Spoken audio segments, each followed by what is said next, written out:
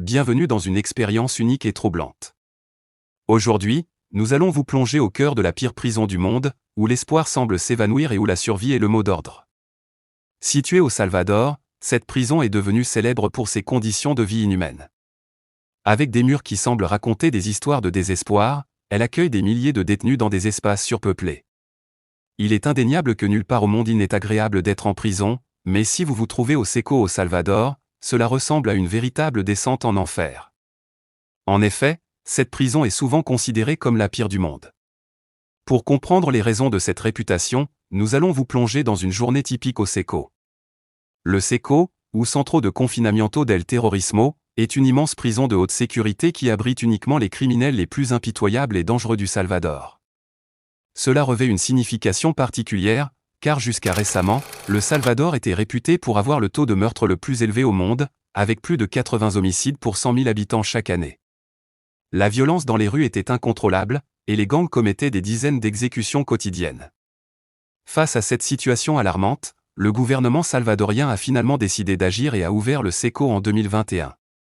Depuis son ouverture, près de 40 000 personnes y ont été incarcérées, purgant des peines pouvant aller jusqu'à 700 ans.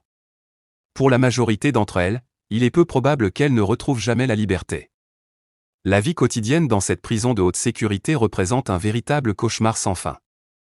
Les détenus réalisent que leur journée ne débute dans les cellules en acier et en béton qu'à l'arrivée des gardiens pour distribuer le petit déjeuner.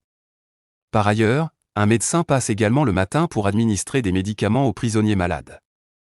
Les cellules, dépourvues de fenêtres, abritent environ 80 prisonniers qui dorment sur des lits superposés en acier, à 4 étages, sans matelas ni drap. Cela signifie que les détenus n'ont aucune vue sur l'extérieur et ne bénéficient pas d'air frais, le tout dans des températures pouvant atteindre 35 degrés Celsius. De plus, les cellules, conçues pour accueillir 10 personnes, voient parfois jusqu'à 100 détenus entassés dans un même espace, comme l'a souligné H. Ran, le chef de la prison, lors d'une interview. Pour le petit déjeuner, comme pour les autres repas, le menu est généralement limité à des pâtes froides, du riz, des crêpes et des œufs durs, ou une soupe insipide. La viande, quant à elle, n'est jamais servie. Tous les repas sont soigneusement pesés pour s'assurer qu'aucun prisonnier ne reçoive une quantité excessive de nourriture, et pour des raisons de sécurité, les détenus ne sont pas dotés de couverts, même pas de cuillères. Ils doivent donc se contenter de manger à main nue. Les repas sont préparés par des prisonniers dans la cuisine de l'établissement, mais seuls de petits délinquants d'autres prisons sont affectés à cette tâche. Aucun des criminels considérés comme sérieux au Seco n'a le privilège de préparer la nourriture. Concernant l'hygiène, les cellules ne disposent que de 2 lavabos et de 2 toilettes, qui doivent être utilisés devant tous les autres détenus. Il n'y a pas de douche, ni de rideau pour garantir un minimum d'intimité. Après le petit déjeuner, les prisonniers n'ont d'autre choix que de rester dans leurs cellules exiguës et étouffantes en attendant leur prochain repas. Chaque détenu dispose d'environ 0,58 m² d'espace dans sa cellule, bien en dessous des 3 à 4 m² prévus à l'origine. De plus, les cellules sont éclairées en permanence par des lumières fluorescentes, ce qui prive les prisonniers de tout sens du temps.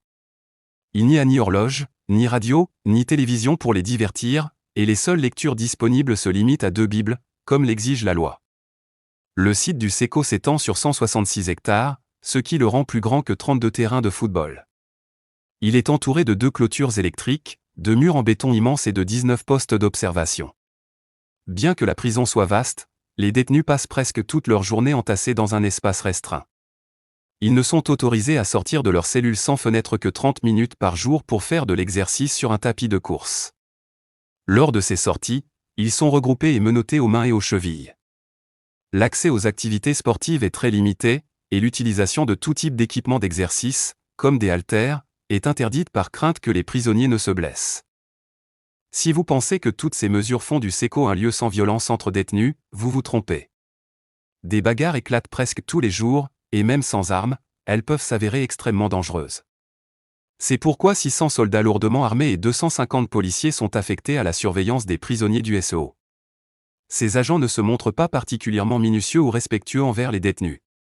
Parmi leurs pratiques, ils coupent fréquemment l'eau et l'électricité dans les cellules depuis l'extérieur, rendant les conditions de détention encore plus insupportables. Selon des organisations de défense des droits de l'homme, des cas de torture y sont régulièrement signalés, certains comparant même la prison de haute sécurité à des camps de concentration. des rapports évoquent des méthodes de punition inhumaines, telles que l'enfermement de prisonniers dans des cages métalliques avant de les immerger dans l'eau. Ces pratiques ne sont pas le fait de quelques gardiens isolés, mais sont systémiques. Chaque prisonnier subit un rasage complet de la tête tous les 5 jours. Parfois, tous les détenus sont conduits dans la cour ou dans un couloir où ils doivent rester immobiles, les mains derrière la tête, pendant des heures. Ces pratiques ont pour objectif de déshumaniser les prisonniers. Toute personne enfreignant les règles ou se faisant remarquer est enfermée pendant plusieurs jours dans une petite cellule sombre en béton, totalement isolée et plongée dans l'obscurité. Les conditions au SO se distinguent par leur extrême dureté. Contrairement à d'autres prisons de haute sécurité, les détenus n'ont aucun contact avec le monde extérieur. Les visites familiales ou des avocats sont interdites, tout comme les appels téléphoniques ou l'envoi et la réception de lettres. Aucun signal de téléphone mobile n'est disponible dans l'établissement. Les quelques prisonniers jugés peu dangereux bénéficient d'un semblant de privilège, mais celui-ci est loin d'être enviable. Ils sont contraints de travailler sur des chantiers, dans des usines ou sur des plantations, effectuant des tâches de travail forcé pénibles pendant la journée. Le président du Salvador désigne euphémiquement ce travail forcé comme un programme de formation, présenté comme un moyen pour les prisonniers de réparer les dommages causés à la société. En réalité, ces détenus doivent effectuer des journées de labeur épuisantes, après lesquelles ils sont ramenés dans leur cellule où ils disposent de peu de temps pour se reposer avant de recommencer. Avant de regagner leur cellule, ils subissent un contrôle corporel rigoureux et une fouille minutieuse pour s'assurer qu'aucune contrebande n'a été introduite. L'idée de s'évader de cet enfer est jugée irréaliste. Non seulement les détenus sont surveillés en permanence par des gardiens et des technologies de pointe, mais la prison est également située dans une zone isolée, rendant toute fuite quasi impossible. Même si quelqu'un parvenait à sortir, il serait rapidement capturé. Ainsi, les prisonniers n'ont d'autre choix que de supporter ces conditions inhumaines, enfermés jour après jour dans leurs cellules, jusqu'à ce que leur peine prenne fin ou qu'ils y trouvent la mort. Bien que la majorité des citoyens salvadoriens se réjouissent de la lutte du gouvernement contre les gangs, qui a conduit à l'incarcération massive de leurs membres au SO, souvent sans justification ni ordonnance judiciaire, cette politique suscite également des critiques. Les procédures employées et les conditions de détention dans cette prison de haute sécurité sont particulièrement controversées. Rien qu'au cours des 7 premiers mois suivant l'ouverture du SO, 90 détenus sont décédés. Malgré cela, le gouvernement maintient une position inflexible. Le président du Salvador est même allé jusqu'à plaisanter sur les conditions de détention inhumaines, demandant ironiquement s'il fallait détourner des fonds destinés aux hôpitaux pour enfants afin d'acheter des chaussures ou des smokings pour les détenus. Cependant, malgré les critiques, près de 90% de la population soutient la création du SO.